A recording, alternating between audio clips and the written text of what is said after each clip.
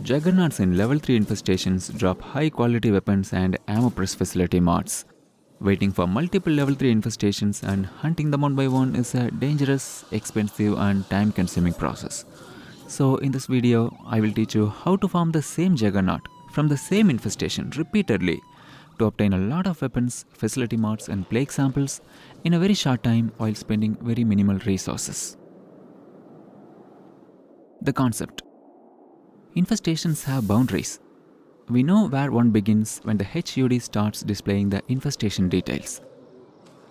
If the infesting zombies are killed or cross the boundary while aggroed on us, they will be completely eliminated from the infestation. But if they cross the boundary without being aggroed, they will be abandoned by the infestation, and the infestation will simply replace them with duplicates.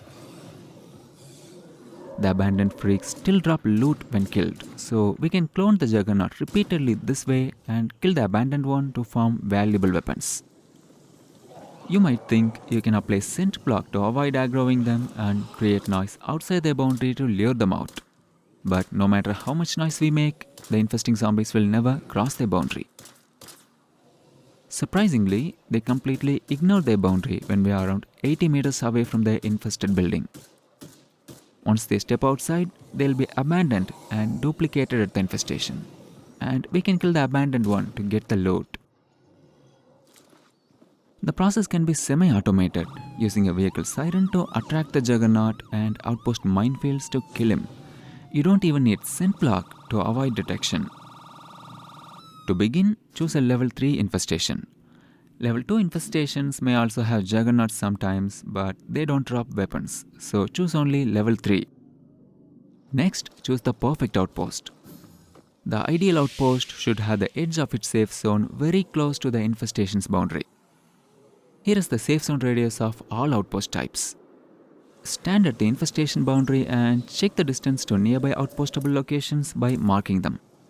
Choose the one whose edge will be very close to the infestation boundary. Make sure your outpost safe zone and the infestation boundary do not overlap. If they do, the outpost minefields will be laid inside the infestation boundary, which will kill zombies while they are still connected to the infestation.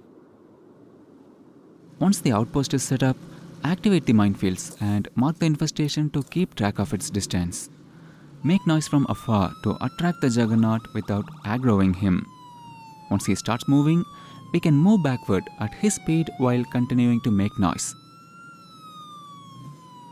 When we are around 80 meters away from the infestation, the Juggernaut will ignore the boundary and will be killed once he steps into our safe zone. We can then move forward to attract the next Juggernaut and repeat the process. It is fine if the screamers are attracted to our noise and walk outside the boundary even while aggroed on us. They'll still be duplicated unlike other freaks. Our only focus should be avoiding aggroing the Juggernaut. You should be aware of the complications. 1. You might ask, why not just stay more than 80 meters away from the infestation and make noise? That won't work because the game doesn't properly render zombies at that distance. The clone Juggernaut won't spawn at the infestation unless we are within 70 meters or closer.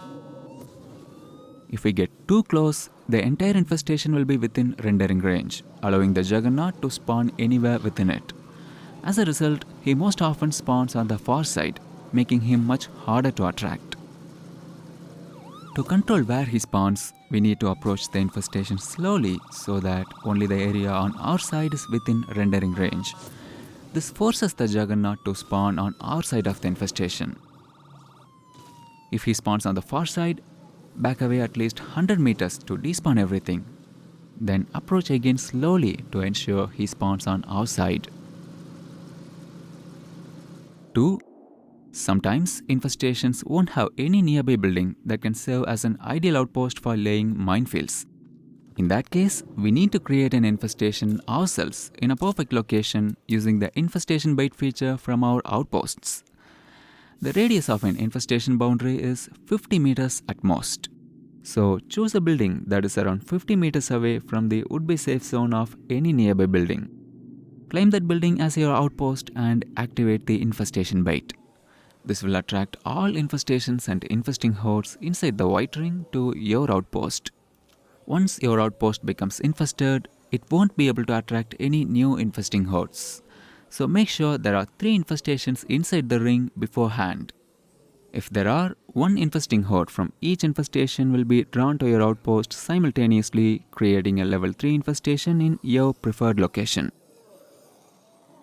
When there are not enough infestations nearby, activate the bait and wait in front of your outpost in a safe spot to stall the incoming hordes until 3 of them are attracted. Then you can leave and let the infesting hordes infest your outpost. Be sure to carry plenty of ammunition if you plan to stall the infesting hordes. You will need to kill screamers, bloaters, and any stray freaks. Feel free to kill the freaks in the infesting hordes. The hordes won't be affected as long as they have at least 2 zombies remaining. Once your outpost becomes an infestation, you can abandon it to free up the slot. 3. If the Juggernaut freezes in his position, shoot him once with a 50 cal rifle to unfreeze him. 4. If the Juggernaut becomes aggroed on you while still inside the boundary, immediately drive past the infestation a few hundred meters.